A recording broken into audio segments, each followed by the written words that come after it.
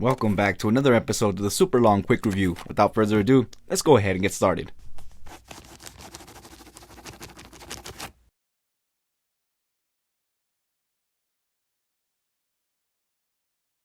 Alright, up next we got a game in the Secret of Shinobi series. This particular one is named Shadow Dancer.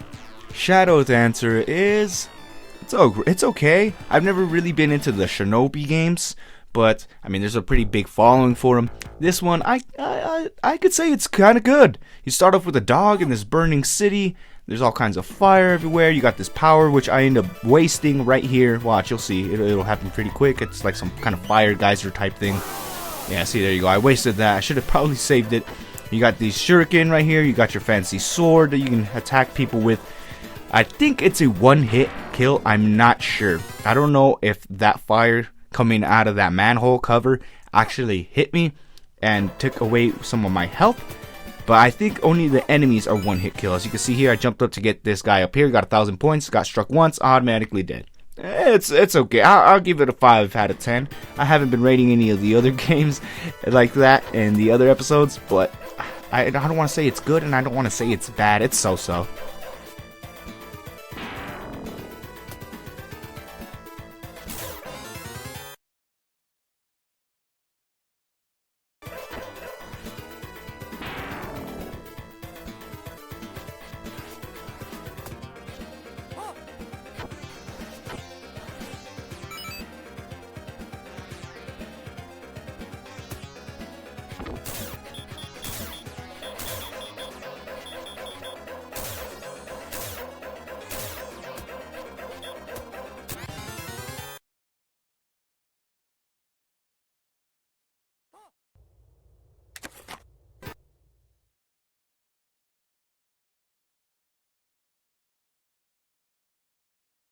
Shining in the Darkness. This game, I'm not really into dungeon crawlers, but this is what this is. It's, I guess you want to say, first-person dungeon crawler, and FPDC. Yeah, it's okay. Like I said, I've never really been into dungeon crawlers. This one, I kind of got excited for. I thought it was like the Shining Force series. I'm not sure if this is part of the Shining Force series, but I mean, I just could not do it, man. I just could not do it. It was too primitive. Primitive. It was just too old school for me, man. And I'm not saying that old school games aren't good. I just could not get into this particular game. And I tried. I did a couple of fights. I tried going to the dungeon a little bit. I just do not have patience for these kinds of games, you know. That this kind of reminds me of like the early computer type games. I just cannot do it. I cannot recommend this game. Maybe if I got a little bit further, got me a little bit more familiar with the game, probably. But as it sits right now, as the rules to the super quick long reviews, I cannot recommend it.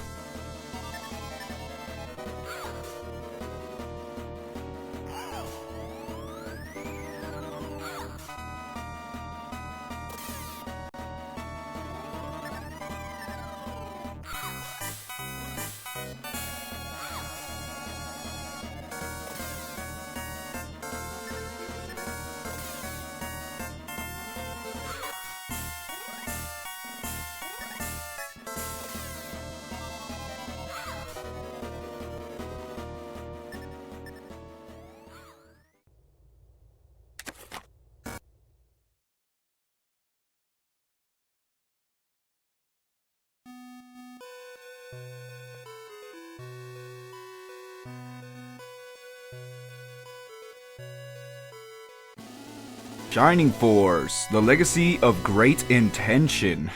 Okay, weird subtitle, but this is an RPG. If you like RPGs, this will be right up your alley.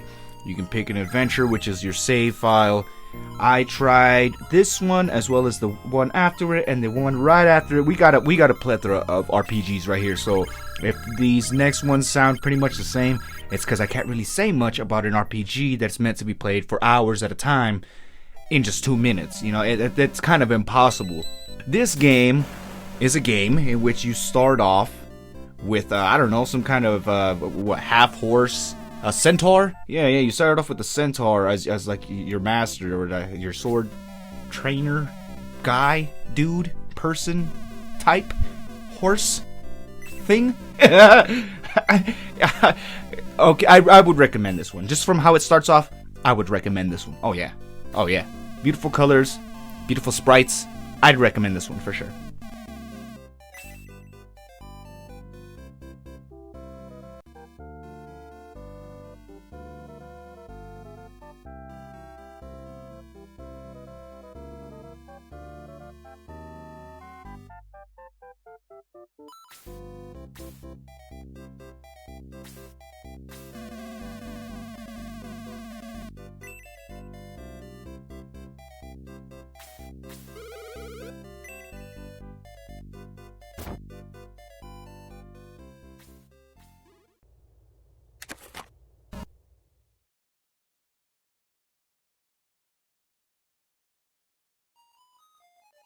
Alright, next up we got Shining Force 2. Now make no mistake, I did not skip the intro for this. This is how the game starts off. If you don't have a save file already, it starts off with this little cutscene, I guess you would want to call it, as much as a cutscene as it could be, of some rat and two dudes in an old school, a temple, a labyrinth, and they're looking for, I don't know, two gems. One of them is of light and one of them is darkness, and I guess when they're both removed from the labyrinth, it causes some kind of shift. Stuff happens in the kingdom, the king goes wild. I actually got pretty pulled into the story and I didn't even play anything yet. I didn't even get to choose what my character looked like. I don't even know if that's possible. I didn't even get to see what the character looked like, is what I'm trying to get at. And I was already pulled into the story. This one, I could recommend it without any gameplay. Without any gameplay, I could recommend this one. Just from the story alone. Get it.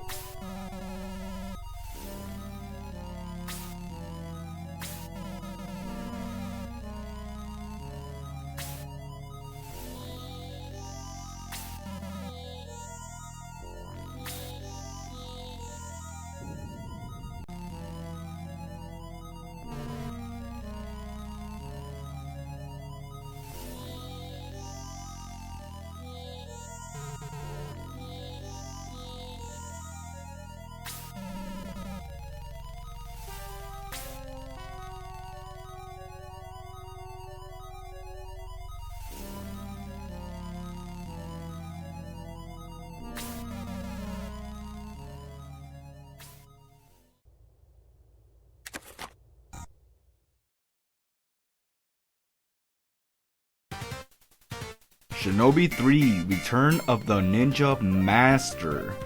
Another game in the Shinobi series. I already stated that I'm not quite the fan of the Shinobi series.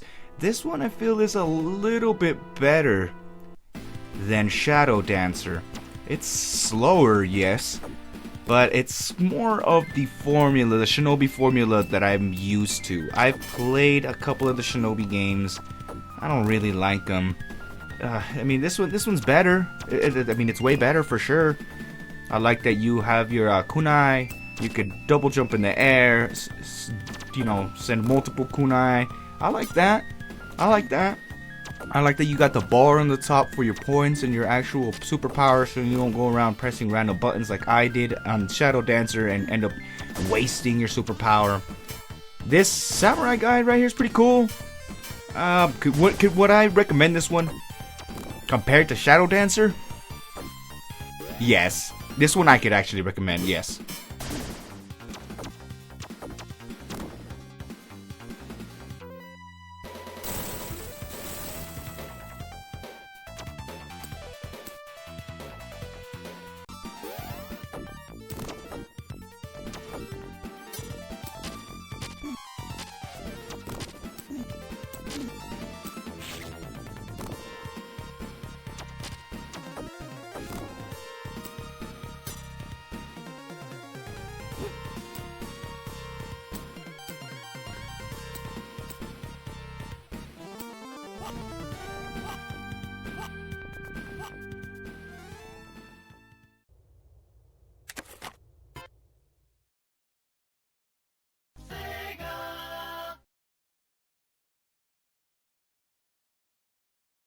Ooh wee, we're at the Sonic the Hedgehog games. Do I really need to explain any of the Sonic the Hedgehog games? I'm pretty sure everybody knows Green Hill Zone Act 1. They know how it is.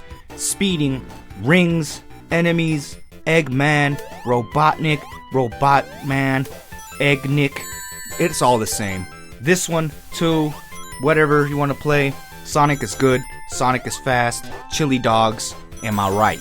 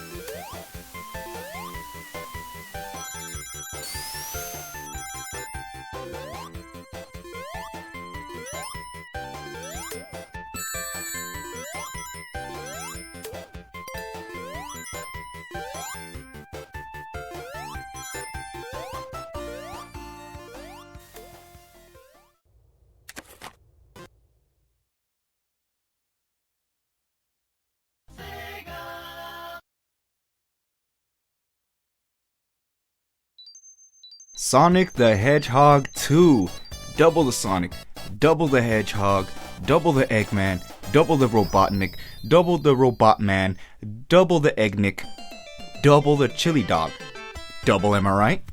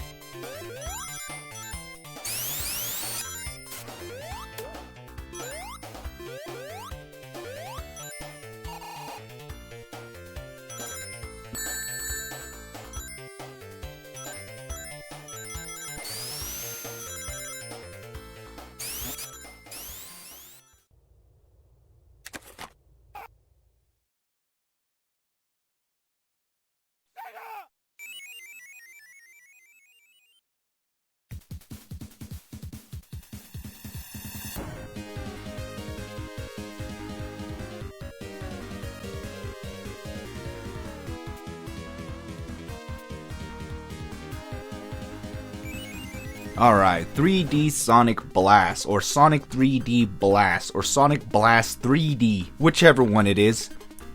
It's okay. I mean, for an attempt on the Genesis, they tried their hardest. They tried their absolute best. It's decent. It's decent. Now, this is a different formula where you don't have to reach the end. You still have to get to a giant ring, but the aim of the game is to get as many flickies as you can. Flickies? Yeah, as many flickies as you can to the end goal. You destroy the robots, turn them back into flickies. You grab them, you guide them to the end of the ring, or to the ring at the end. You guide them to the end. You guide them to the ring at the end. You guide them to the ring at.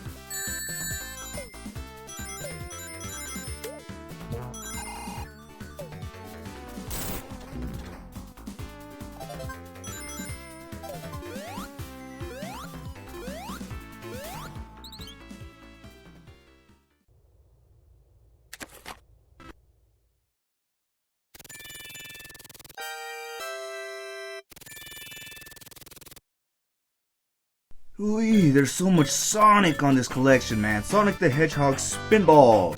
It's pinball, but with Sonic the Hedgehog, the Hedgehog, the Hedgehog. I stayed here for a little bit just to check out some of his animations and also to get these, the thumbnail. That's pretty much all this was for. This game is just going to be used for the thumbnail. I can't even give this a review. I only played it to get the 2 minutes.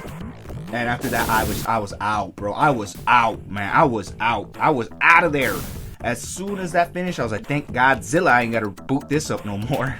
I did not enjoy this game. If you enjoy Sonic and you enjoy pinball, and you think you'd play this game and have fun, you're lying to yourself, you're lying to others. Don't do it. Do not do it, okay? Just take my word for it. Do not play the Sonic pinball game. Do not do it. I know you guys are gonna go into it.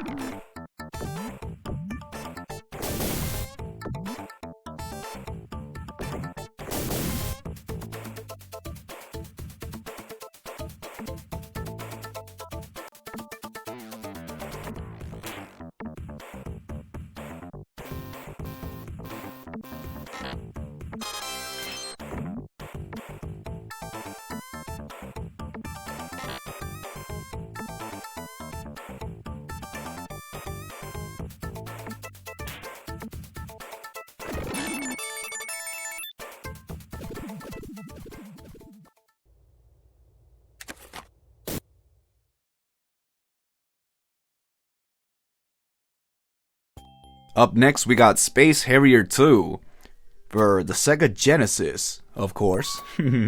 Space Harrier reminds me of another IP, the Rainbow Cotton series. That one I played quite a bit, and this kind of gives me that feeling, except you could run left and right, you could run or you could fly, which I found very interesting. The graphics, they're nice, they're very nice. Especially the death animation. For the amount of frames that it has, I like it. It's very decent. I don't understand the scoring. I mean, because I was just out here shooting. I guess it's by how far you go, right? Because, I mean, my score was jumping and I wasn't even hitting anything most of the time. It's a decent game. Would I give it a high ranking? You know what? I probably would. I would probably give this an 8 out of 10. I should have been rating all of them like this since the beginning, but I mean, some games are just a definite recommend, a definite no recommend, and some of them are kind of in between. This one, it's towards the higher spectrum of the recommended. Let's say I highly recommend this game. I could have just said that.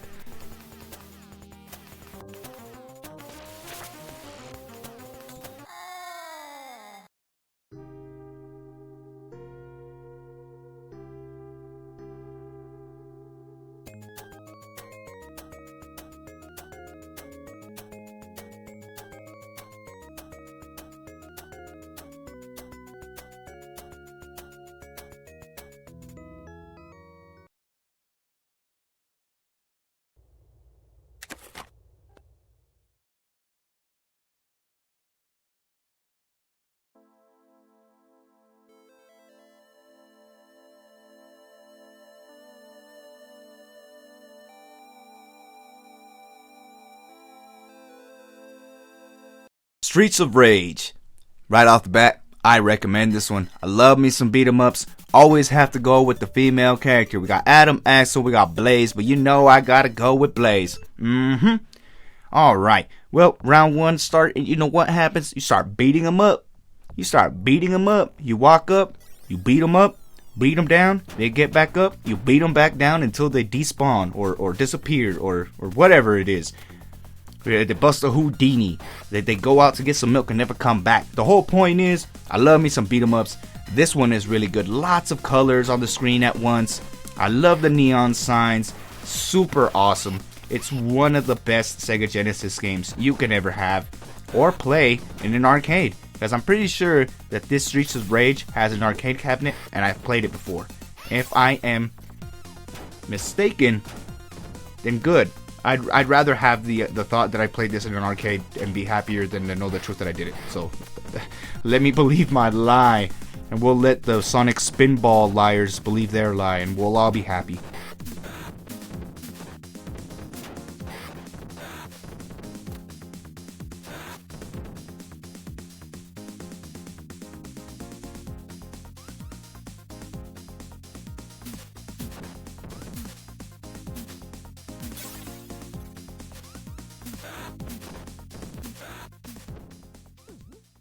Alright, this brings this episode of the super long quick review show to an end. Thanks to everybody that stuck around to the end. Thanks to everybody that dropped a like. I appreciate every single one of you. Thanks for checking out my videos, and I hope you all enjoyed. We'll see you next time on the next episode of the Sega Genesis Classics review. Goodbye, stay peachy. Address to the congregation. Shout out to the Milky Way, thanks for the accommodations. But now I'm finna take off. There's so much more to see, the nightclubs make small talk. Those pedals lit